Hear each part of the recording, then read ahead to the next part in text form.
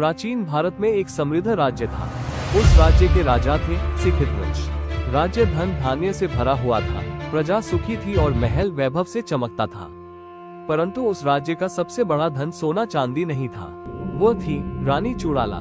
रानी चुड़ाला केवल एक राजमहिषी नहीं थी, वे शास्त्रों की ज्ञाता, ध्यान में सिद्ध और आत्मज्ञान को प्राप्त योगिनी थी। उनका मन शांत था, वाणी मधुर थी और दृष्टि गहरी। वे जानती थी मनुष्य का सबसे बड़ा शत्रु उसका अहंकार होता है। राजा सिखिध्वज के मन में एक प्रश्न लगातार उठता रहता था, जीवन का सत्य क्या है। वे साधुओं को देखते जो जंगलों में रहते थे, जिनके पास कुछ भी नहीं था और जिनके मुख पर शांति झलकती थी। धीरे धीरे राजा के मन में एक विचार बैठ गया, राज्य, धन, पत्नी, यही मेरे बंधन है। उन्होंने यह नहीं समझा कि जिस ज्ञान को वे जंगलों में खोज रहे थे वो उनके पास, उनके महल में ही उपस्थित था। एक दिन राजा ने सब कुछ छोड़ने का निर्णय ले लिया।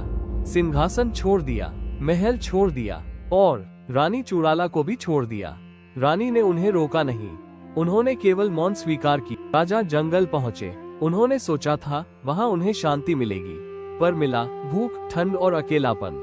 वे कठोर तप करने लगे, शरीर को कष्ट देने लगे, भोजन त्याग दिया, पर मन शांत नहीं हुआ।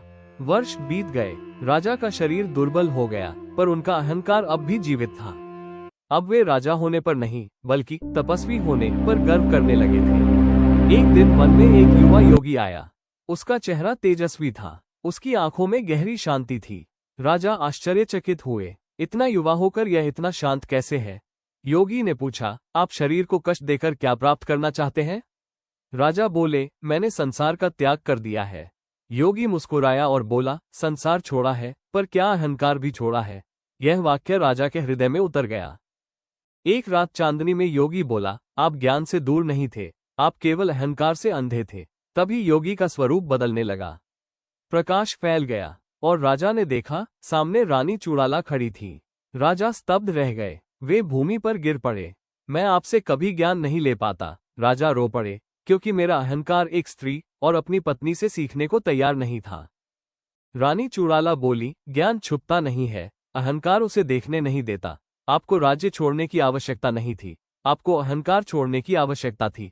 उस क्षण राजा को सच्चा बोध हुआ, वहीं वास्तविक वैराग्य हुआ।